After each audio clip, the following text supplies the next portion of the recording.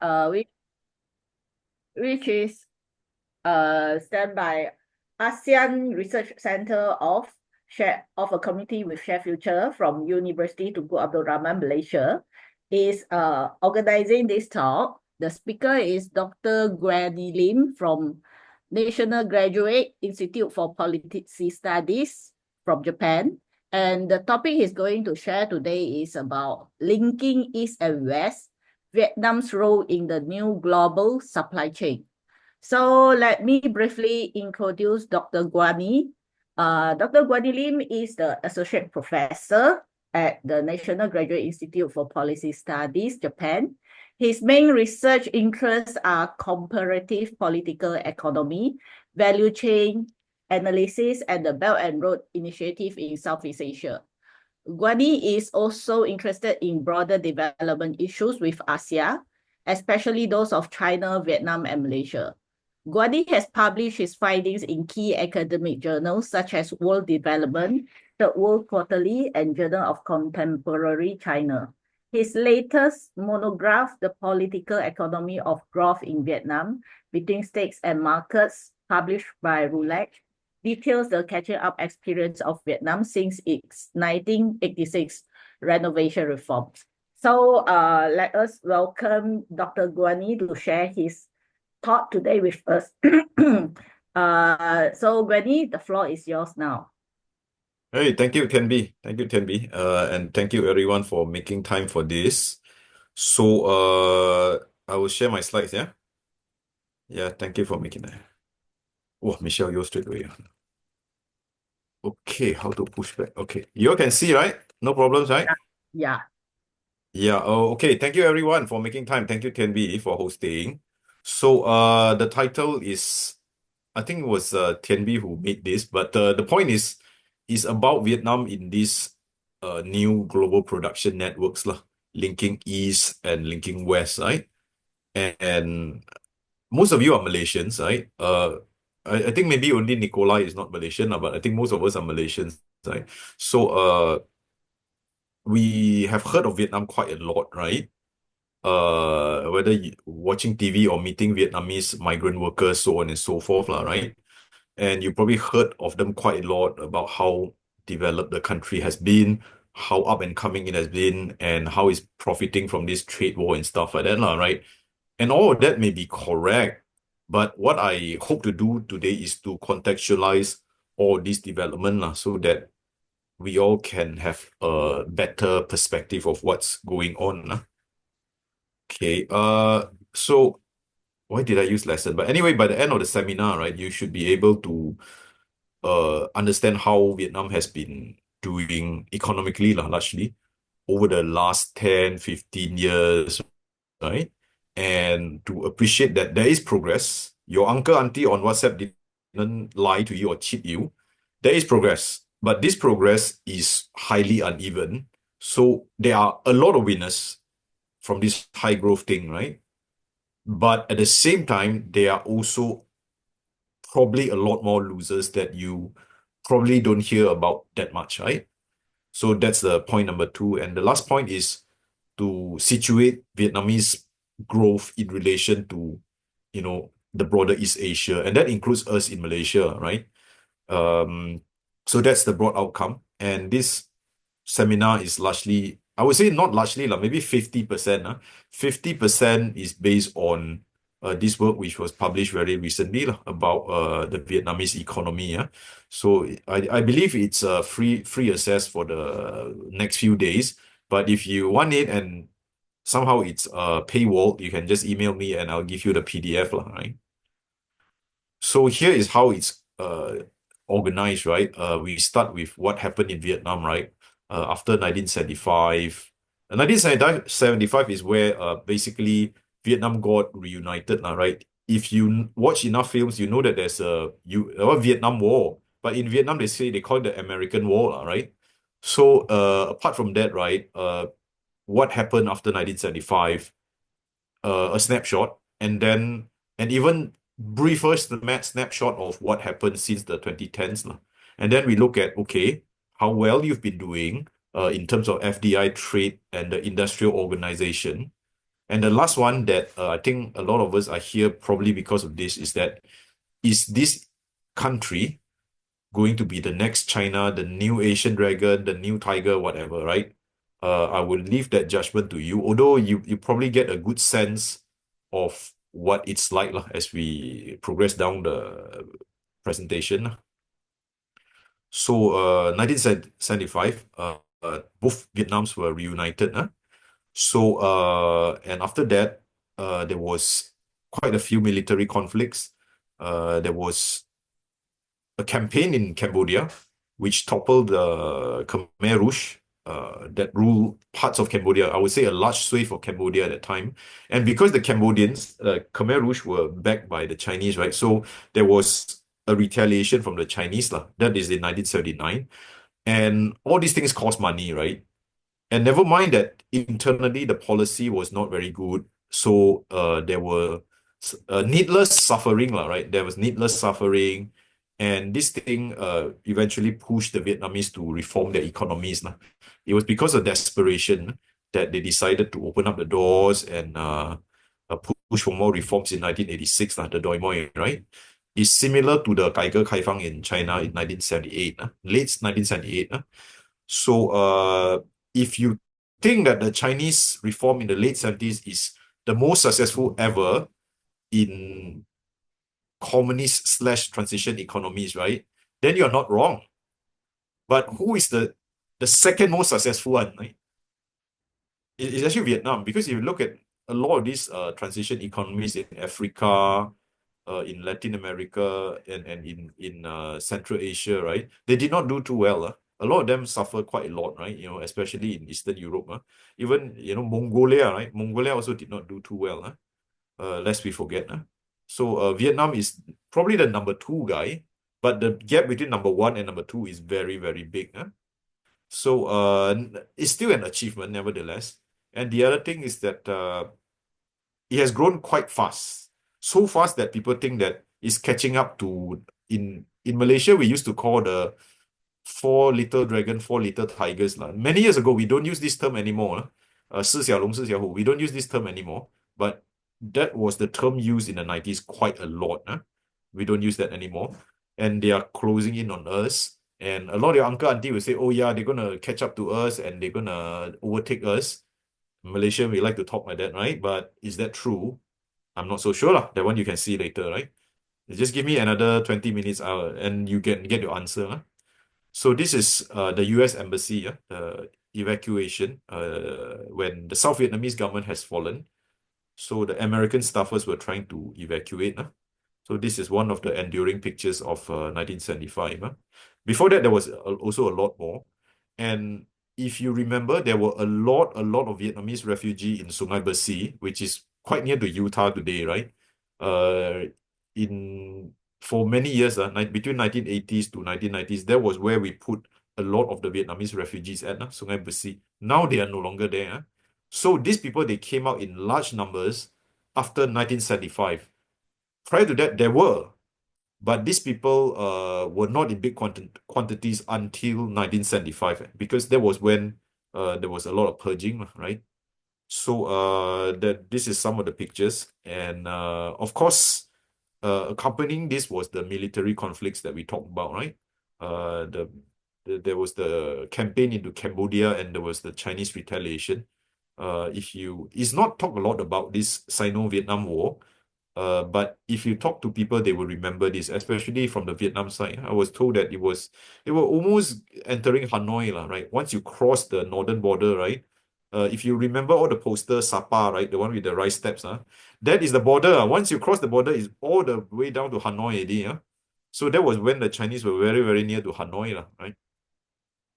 So, and of course, after the war, still there was some drama, right? And it was not until 1986 that reforms were taken, right? And the reforms brought in quite some success. Quite some success. Inflation was stabilized, food production increased, so on and so forth. And people started to have a bit better things in life, right? In this case, the bicycle. This is probably mid or late 90s, people using bicycle and stuff like that, right? So this is the Sungai Besi camp, right? it was there for many years. I remember when my dad brought me to Semenye, those days you had to pass by Kajang, you see this camp stretched all along the highway. So this camp was closed in the mid 2000s, lah, right? And the Vietnamese boat refugee, they finally left Malaysia, lah, right? So, and it was also this time that they joined the ASEAN bloc. We welcomed them into the ASEAN bloc. So the ASEAN original five, we brought in people like Vietnam, Cambodia, Laos in short successions, lah, right? Yeah. So that was the case, nah. And because of that, growth happened even faster, right? Because rather than taking on a very adversarial tone towards us, they became part of us, right? So in that sense, it was a beneficial move for them, lah. So this I think you can see this even today, right? And this was it is actually quite a progress if you measure progress by swapping your bicycles for motorcycles, then it is progress, nah? It is progress, nah? And fast forward to today, the age of Twitter, Facebook, and stuff like that, right? So if you watch enough news, read enough WhatsApp messages or Instagram or Twitter and stuff like that, right? Or WeChat or whatnot, right? You see people talking a lot about Vietnam, calling them the new Asian dragon, the new China, so on and so forth, right? And they put the red tang long behind, draw a dragon behind. It's always like that, right? Whether that's true or not, I leave it up to you. And then you realize that the Vietnamese, hey, these guys can make EV. But the funny thing is that you have never seen this EV in Malaysia itself, right? You only see it in Vietnam, right? But never mind, they still make EV, yeah? And then you have this show by Michelle Yeoh, what Everywhere, Anywhere, and something like that, right? So the guy that looks like Jackie Chan but is not Jackie Chan, right? He was a boat people. His family fled South Vietnam, sorry, South Vietnam, and he ended up in Hong Kong before being absorbed into the US. But the other half of his family went to Malaysia, Sungai Besi, and then they also went to the US. So is how strange things have become. And you start to hear more and more about Vietnam in the media and stuff like that, right? Of course, he's no longer Vietnamese, but you get my point. You hear more and more about them, right? Along with Michelle Yeoh, of course. And you see people like Obama going into this random restaurant in Hanoi. It's really not really that good a restaurant, but he doesn't know, ma. So he goes there, eat bun cha and drink beer. And then you have this popular image about him, man of the people, stuff like that. And that all adds points to you, by the way. And then more recently, because of this de-risking, right? I don't know whether we use this word anymore. At one point, it was de-risking, right? Now and then friendshoring, I guess the US do want friend. I think friendshoring doesn't exist now because the US doesn't want friends anymore, right? So friendshoring, right? And that was when Vietnam became quite important, along with 5 or 6 other guys, right? As a connector economy, right? Connecting China and US, right? But this connection has some risk, as we will tell you later, right? So this is where you hear a lot about Vietnam, right? And last year, this is if you're into IT, you know who this guy is, in the middle, Jensen Huang. He visited Vietnam, and the Prime Minister, the guy with the arm raising one, right? So he brought him around Hanoi and stuff like that, right? And then he says good things, and then says he wants to invest. But funny thing is, I cannot really find his investment, maybe apart from 1 or 2 operations. And there's also Tim Cook, if you remember. Tim Cook came before him, the Apple guy. Again, you can hardly find any Apple investment. Maybe Apple supplier got, but that's beside the point. The point is, Vietnam seems to be doing the right things and getting into the Economist, Wall Street Journal, The Star, Berita Harian, Nanyang Sampao, whatever, right? They seem to be doing it well. Okay, but how well is well? I think we are more interested in how well is well, right? So we are largely looking at three proportions that I think helps to estimate the long-term health of your economy, which is FDI, trade, and the industrial structure producing this FDI and trade, right? So if you just look at FDI, right, you realize that it is the Asian economies that invest in large quantities in Vietnam, not US, not EU, right? US, UK over what, 20, more than 20 years, right? It's only what 6%, right? US, UK 3%, EU 14%, right? And then you look at the Asians, Japan, China, ASEAN, Korea, Taiwan. Big players. So you could say that in a sense, this is an enlargement and deepening of Factory Asia, right? So what we did in the past, we are doing it to you, right? Remember Malaysia at one point we were taking in a lot of FDI, were doing things like Casio watch. Those days like Casio watch, G-Shock, right? Spoon and all those things, right? Those days, huh? So we used to do that. And after a while, we became rich enough and we started to invest abroad, so on and so forth, right? So in that sense, they are part of the Asian growth miracle, if you pardon the language, the catchphrase that comes with it. So they have become part of Factory Asia. Make here, sell there, right?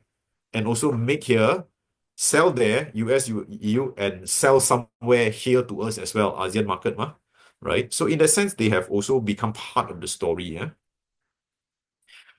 Yeah, this is how you look at it if you use a time series data, right? By the time we drew the fifth graph, we already lost interest because they look kind of the same, right? But the point I'm trying to make is that you can measure it using the time series or you can calculate using the mean, but you have to look at it together, right? And now just look at this graph. I want to draw your attention to the blue line, USA, right? USA only topped the chart for 1 year and then drop, fall off, right? The ones that are always there, right, is Japan, Korea. It was during the Park Geun-hye. I don't know whether you remember Park Geun-hye, because Korea seems to be changing president every now and then, right? But there was a time where Park Geun-hye, Pyu Jing-hui, she was the president, right? That was the period where a lot of Korean businesses went to Vietnam. A lot of it was under her I wouldn't say guidance, under her encouragement, right? So that's the case. So Taiwan also quite big, but more in the early stages. And not so much these days. Not so much these days. Not so much these days. So if you look at the trade angle, you start to see another divergence. On my left, it's the import, right?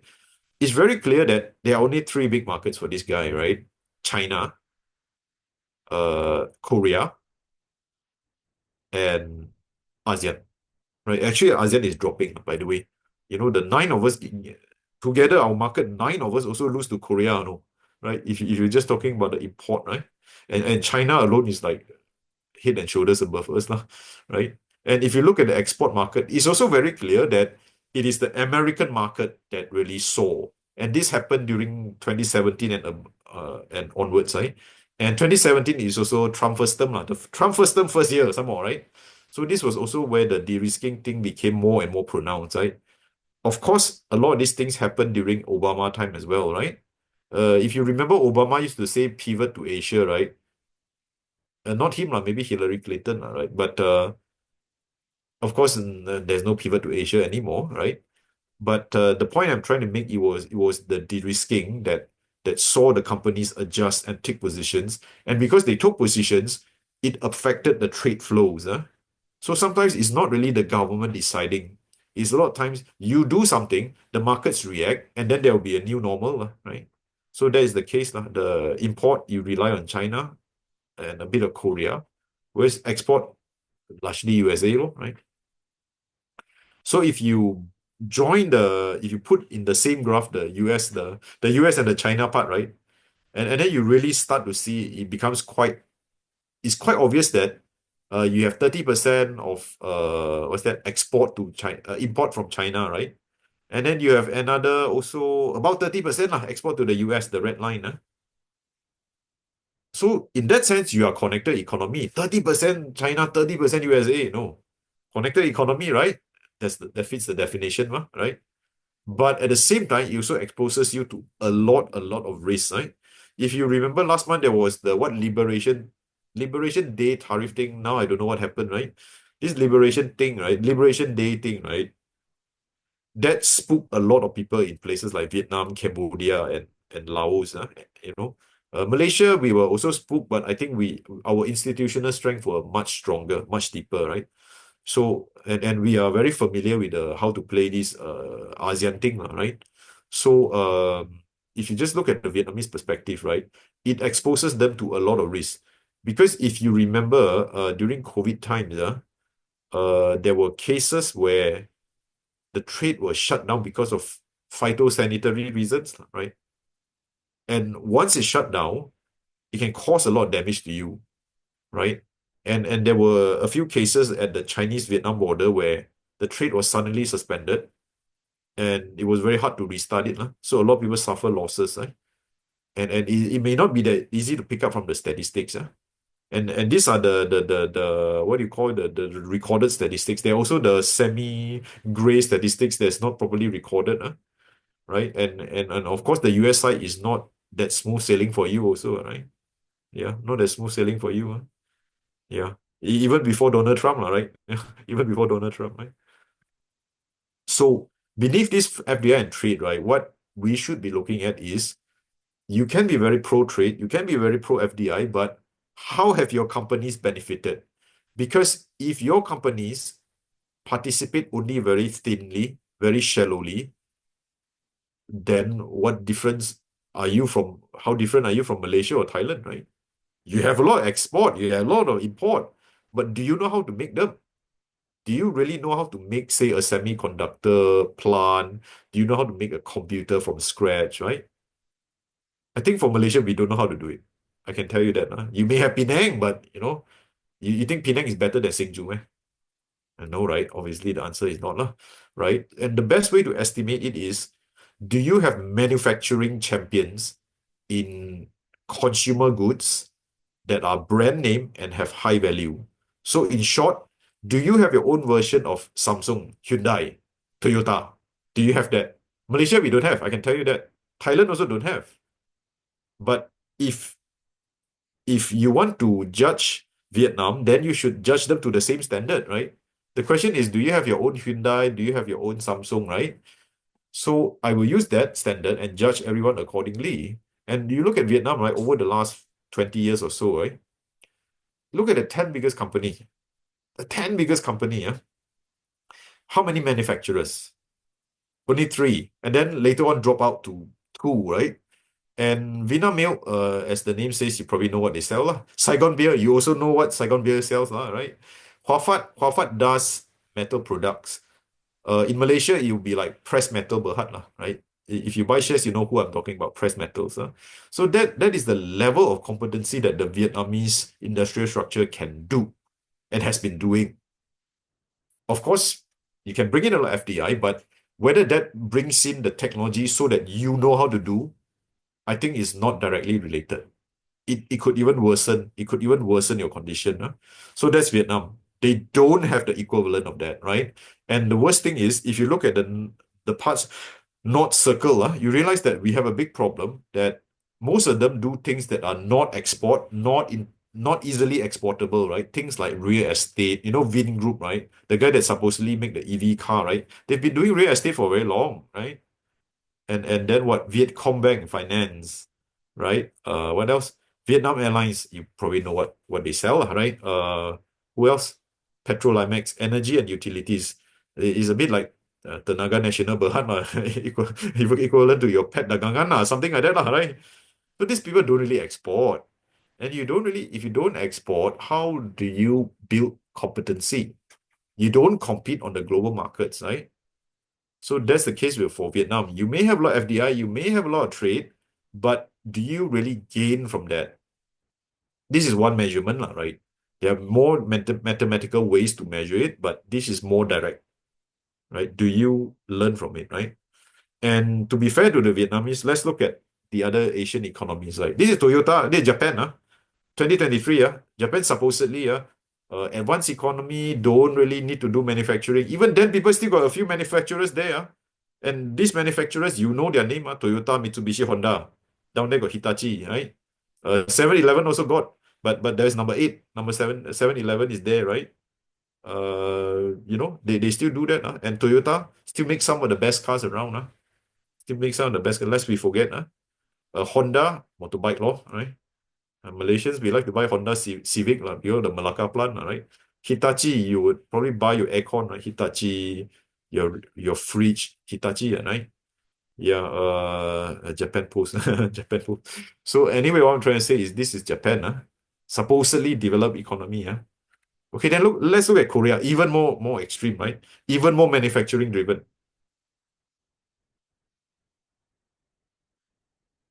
They sell things that are really tradable. Samsung make handphone, computers, consumer electronics. Hyundai sells you cars. Of course, the whole Hyundai group does a lot more things like grain trading, but one of the core businesses is to make cars, right? And you know Hyundai cars, right? You know Hyundai cars, right? It's like in Malaysia, we used to say, I cannot afford to buy Japanese cars, so I buy Hyundai, right? I don't know whether we still do that, but that was for a very long time. But the point is, they can still sell you, right? They can still sell you. Yeah, and Kia. If I cannot afford Hyundai, I buy Kia, something like that, right? But still, it's still export, right? Still export. Yeah, Malaysia don't have, we don't have that level. Vietnamese also don't have, of course. This is Thailand. Let's look at Thailand. Supposedly a few manufacturers, but what do they manufacture? Charian pork bun, chicken nugget right? Chicken breast right? Chicken feet right? Who else? Thai beverage, Chiang beer. If you like to drink beer, you know who I'm talking to, Chiang beer.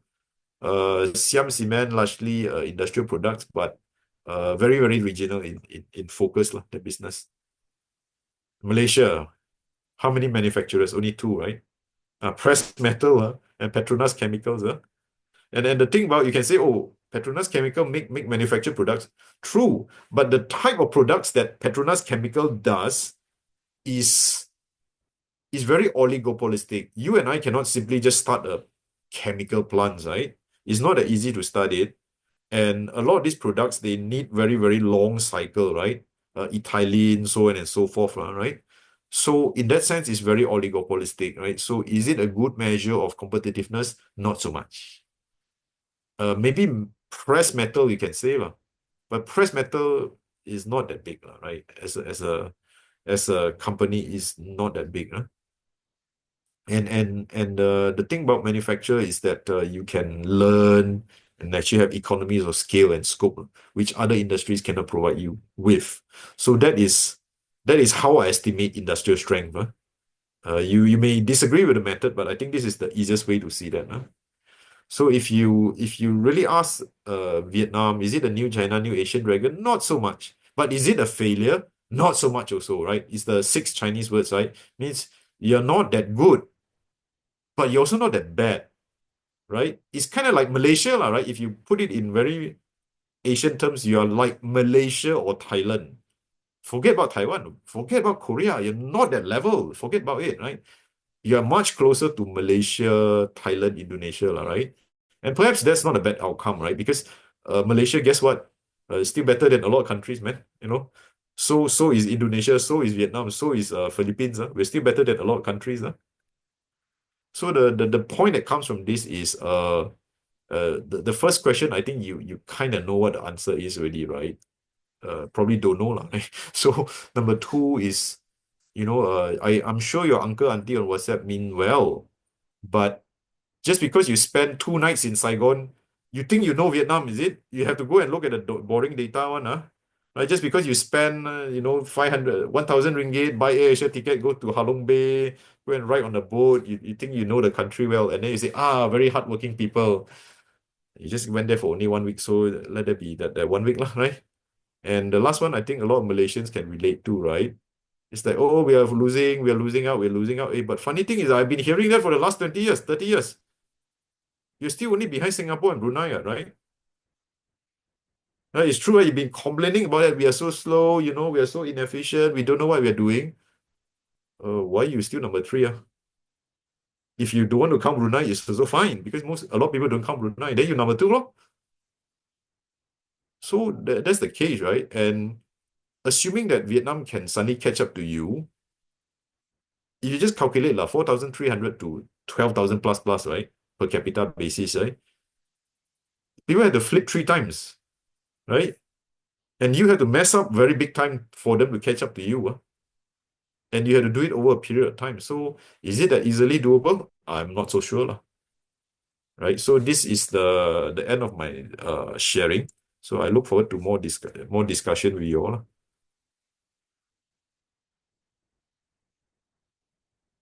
Okay, thank you, Dr. Guani, for sharing such amazing point to us. Now it's open to the floor. Is there any questions here? Anything you want to ask Dr. Guani, or do you have any ideas that you want to share?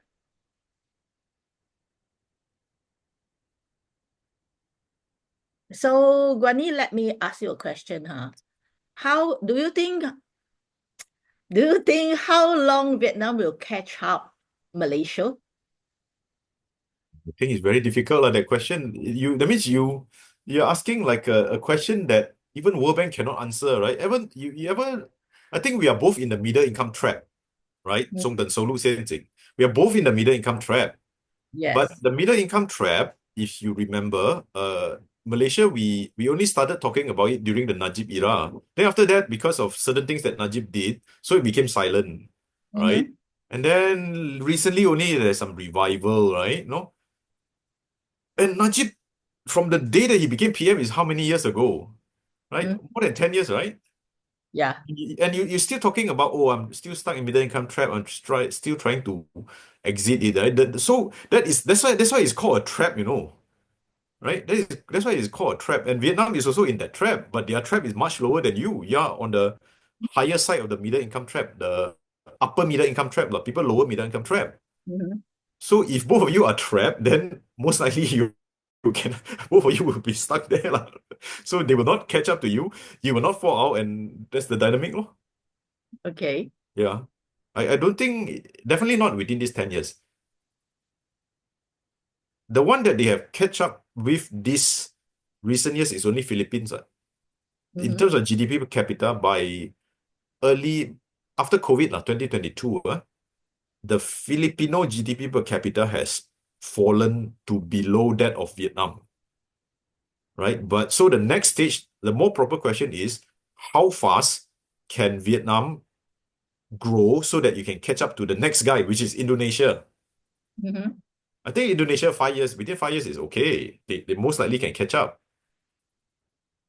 And the next target should be Thailand. Thailand is about 7,000, about 8,000 like that. Current, we're talking about current day. So even then, it probably take a few more years. But Okay. between Thailand and Malaysia is like, again, there's now currently is about 5,000 US dollar per capita. Mm-hmm. So I don't think it's going to be that fast. And you assume that Malaysia we had to mess up big time, right? Mm-hmm. I see Nikolai Murashkin is raising the hand. But would you mind you just leave the message here? So we'll read it from the message you leave. So how do you think under the US China trade war, how is it going to influence Vietnam's development? Is it going to hurt badly? For now, I think they have dodged the bullet because of what happened recently. The Americans and the Chinese basically fought themselves to a standstill. Mm-hmm. Yeah, if so, they have fought to a standstill. So, in that sense, you dodged the bullet, lah. You dodged the bullet. But the other thing that we showed just now is that it is still very risky in the sense that it is on one hand, it's like the one hand you're relying on China, one hand you're relying on US. And this thing is not easy to unravel. And if you think back what happened in the first year of the Trump first term, right? It was very confusing, just like today. Super confusing. He will just keep saying things on Twitter, right? Those days, the you would type on Twitter and stuff like that, right? And that was when the Vietnamese realized that, hey, let's do more mega trade deals, right? And some of it was already in motion, like RCEP, right? And now they want to join the CPTPP and all those. But every time you join a bigger trade deal, sign a bilateral agreement with some other countries, right? What you neglect is how the companies will react. Mm. So you could say that the more they try to de-risk, the more risky it has become, right? Yeah, so VC Nikolai has leave a message, the question to us. He think that actually middle income trap is a term to be taken for face value in the case of Vietnam, or is it to be taken with a grain of salt? I think I've seen work by Lee Nato, Mm. Islam discussing the applicable by this term to other ASEAN countries. Do you want to Mm. give some feedback? Yeah. I think I don't know Islam very well, but the one that has the same position, I think, is Lawrence Summers lah. You all know who Lawrence Summers is lah, right? So I believe that I can share the argument because in the long run, growth is slow and all those. But I believe that it should not really be taken at face value because you would always want to grow faster, right? And that is the reason they thought of a state, lah, right? Of course, people say, oh, reason they thought of a state is to make wars. Now, I don't really believe that. So I feel that it should be taken more seriously. But what you can play around is the parameters of that. And the reason why we have so much debate about the middle income trap is because there is no universal definition, right? There is no universal definition. You can say 10 years, I can say 20 years, huh? But broadly speaking, I would say that it is something to be taken more seriously. But of course, these things these are like fashion, there's a fad, right? At one point, a lot of people were studying MIT, middle income trap, right? And after a while, it kind of fell out of favor, just like in Malaysia, lah. We don't really talk about MIT after the Najib era, lah, right? Only recently that we decided to pick it up, lah.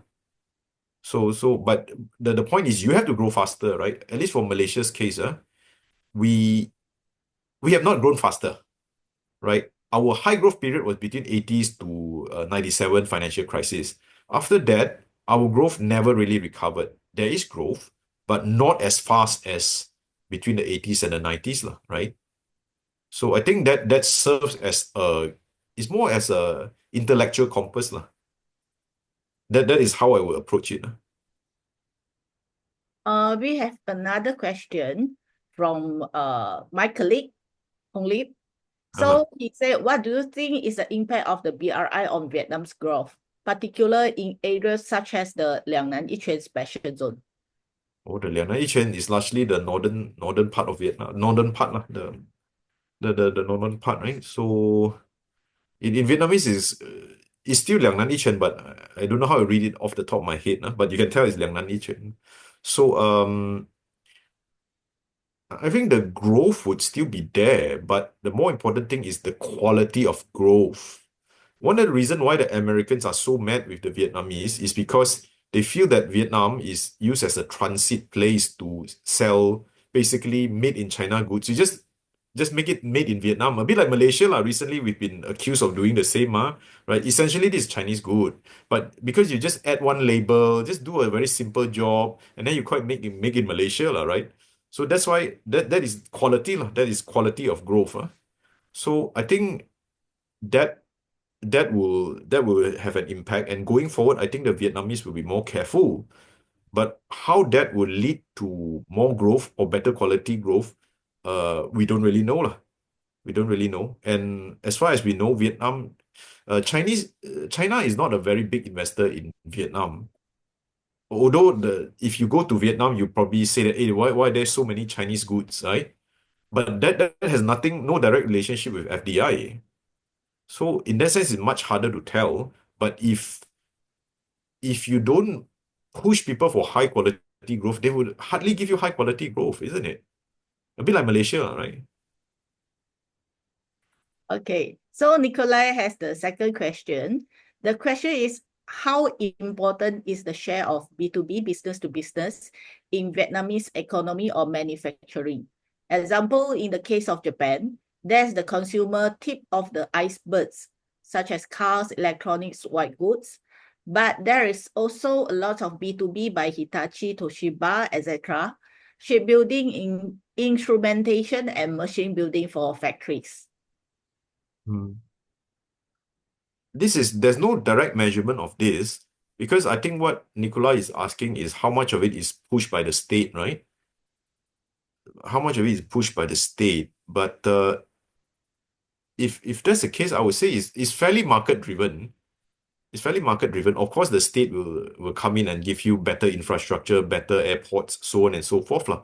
Which I believe some of the thing the current SecGen is trying to push Tolam. The current SecGen is a gentleman by the name of Tolam Su Ling, lah, right? So he's trying to push that. But you don't have to directly participate in a deal to make the deal happen, right? Something as simple as going to people's opening ceremony to cut the ribbon will send signal, right? It could be a B2B deal, right? But it still is the state plays a heavy hand, just like the Jensen Huang and Fan Mingqing, right? It's the same thing. So in that sense, B2B, yes, it will be there, but and I think it's quite a big portion, but how much of it I don't have the statistics to prove that. I only have the Vietnamese part, right? The number of SOE has dropped, but the contribution to economic output remains quite high, lah, right? But how that relates to foreign trade and all those foreign business B2B collaboration is very hard to tell, lah. Okay, the third question from Nikolai is Vietnam's movement up the value chain, example in the semiconductors, happening at a slow pace or slower than expected? Okay, if you measure it against Malaysia, then I think it's kind of the same, lah, right? But if you are trying to measure it against Korea in the heydays, Taiwan in the heydays, no, you're far behind, right? 1986. Between 1986 and today, it's almost 40 years already, right? Right? You call yourself emerging economy, right? And then why you still shouldn't you emerge already? Almost 40 years, no, you submarine, is it? The same logic for Malaysia, right? You always say we are emerging economy, emerging economy. You're not submarine, lah. Come out, lah, right? Why are you still emerging yourself, right? Say, it is true, right? The 改革开放 is their version is 1986, And in the blink of an eye, 1986 is almost 40 years old, right? And you can just measure like Korea, right? After the Korean War, 1950, late 1950s, right? And by the time they became OECD was 1996, like that, right? It's about 40 years, isn't it? A bit shorter than 40 years, lah. So, and you can say the same for Taiwan, lah. Also about 40 years, correct? You come from 1949, lah. Let you come from 1949, lah, right? 1949 to plus 40 years is 1989, lor. At the time, Taiwan, the foundation is very, very strong already, yeah. Jensen Huang not Jensen Huang yet, probably still in school, but the point is the foundation was there. And I don't really see that for Vietnam. Sorry. No. Okay, another question from Tong Yue Ting. Her question is, how do you compare Vietnam role in the global supply chain with that of Malaysia? This is the first question. So you just answer this first and then I give you the second one. Oh, how then? Or you want me to just read to both of it? I can read. It's okay. I'm reading it, right? I'm not sure if our audience can read it or not. Okay, then I complete the question. You complete. The second question is, could you share your thoughts on Malaysia's perspective in dealing with the ongoing trade tension compared to efforts by the Vietnamese government? Okay. The first one, right? The thing is this. If you look at Southeast Asia, don't talk about China, Japan, Korea. Very clearly, we are not at that level, apart from Singapore, right? If you look at how our industrial plans are formulated, and how we actually do things, you could say that basically we do what Singaporeans don't want to do already, right? Just you think about Western Digital, right? Those days, Western Digital is because the Singapore plant closed or downsized, then they come to Malaysia, and then later on Thailand do it, right? And then now I think Thailand is bypassed, you go direct to Vietnam, lor. So in that sense, they are also part of the supply chain, but it's a lower tier one, and there are many measurements to do. You can count the trade competitiveness index, so on and so forth, right? So in that sense, they are not directly competing for the same pot although some of it will overlap, right? Like in semiconductor, right? They are starting to do their APT, assembly, packaging, and testing. Malaysia alone, we have about 18% of the global market. But if 18% of APT, are you sure you want to do APT, right? Malaysia, you sure you want to do that, right? But you're not sure Vietnam want to do, right? So in a sense, there's some overlap, but it's not a complete overlap, the APT market, right? In semiconductor, right? So in that sense, there are some convergence, but broadly speaking, there are also some divergence, right? Example is what's that? What's the thing? Agro-food, right? Agro-food and merchant, what's that? The shoe and shirt, lah. Malaysia for some time, we used to make shirts, we used to make shoes, and then we decided not to do it, right? So Vietnamese is doing it, no? Yeah, so there's some shedding, but there are some overlaps, lah. APT is a good example, lah. Assembly, packaging, testing, right? Okay, so is there still any question? Okay, this is from Ali. If the reciprocal tariffs on Vietnam does move forward, how are they going to recover from the massive blow on their economy? Because if it goes through, it seems like US companies like Nike will start like leaving Vietnam. Can you shed some lights? This one very hard to say because a lot is dependent on what the Americans and the Chinese do, right? So I can counter the question by what if it doesn't move forward, how? Then back to normal, is it? And whether it stays or don't stay, the point is Vietnam is in this connected economy thing is because it's not because of random chance, it's because they try to de-risk, and the more they de-risk, the more risky it gets. So it will not be that easy to resolve that, right? And the other thing is it takes very, very long to be able to competently manufacture a goods. It's just like Apple, right? The iPhone, most of your iPhone is still made in China. Some make it in India, but the reason why it goes to China is very obvious because everyone else cannot do it at your speed, at your scale, at your price, right? So it's not that easy to do, right? It's not that easy to do. So, because if it goes, it seems like we'll start living and go where, right? The next question, go back to Pennsylvania. So, it's not that easy to answer that question. And a lot of times, if you look at how nations compete, it is very, very dangerous to lock someone out of a negotiation because they will come back in another form that you don't want them to be in, right? So it can be quite dangerous. It can be quite dangerous. Yeah, and the other guys will probably, your direct competitor is Cambodia, Bangladesh, Laos, right? I don't think they have a better strategy than Vietnam. And you may have a strategy, but you may not be able to execute it. A bit like Malaysia. We have a lot of strategy, but we hardly execute it. And then the same strategy will pop up in 10 years, called by a different name.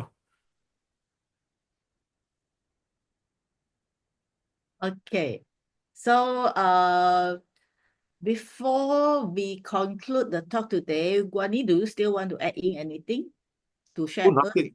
Nothing. Nothing. Is basically the same thing I've been saying for many years, is that yeah, Vietnam is new Asian dragon, new China. You can say what you want, but really your level is not that level, right? Okay. Hey, so is there Vietnam a good place for us to do some to buy the shares or ETF something?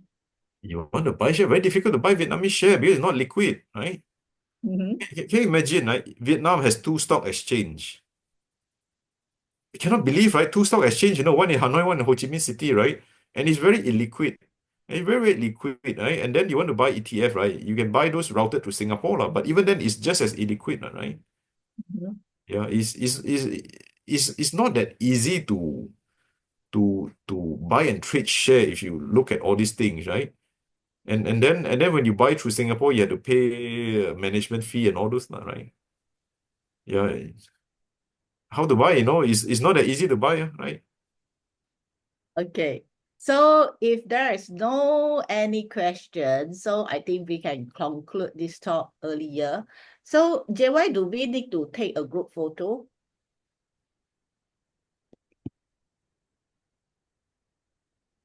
I think can everybody just switch on your camera and then we just take a group photo?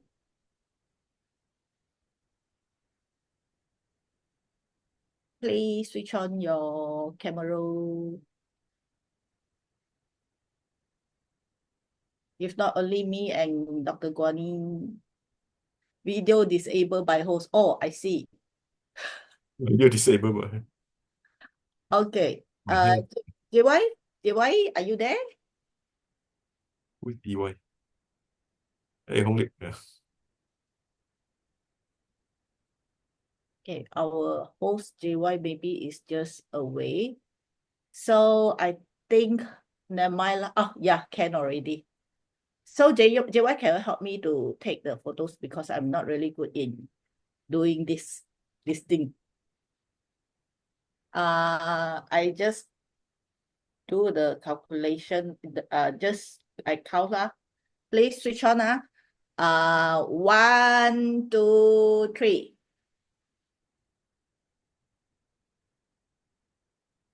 Again, 1, 2, 3. Freestyle. 1. Like that, is it? I don't know. I don't know. I watch a lot of movies. I think that's what people do. Anything you like, lah. I 1, don't know. 2, 3. Okay, JY. Thank you very much. Thank Thank you. you. Take care, everyone. So ACSF will continue to have these kinds of public series that related to ASEAN in future. So I will distribute the related information later in the same channel and hope everybody will attend again. Thank you very much. Thank And you. thank Thank you, you. Guan. Bye. Bye.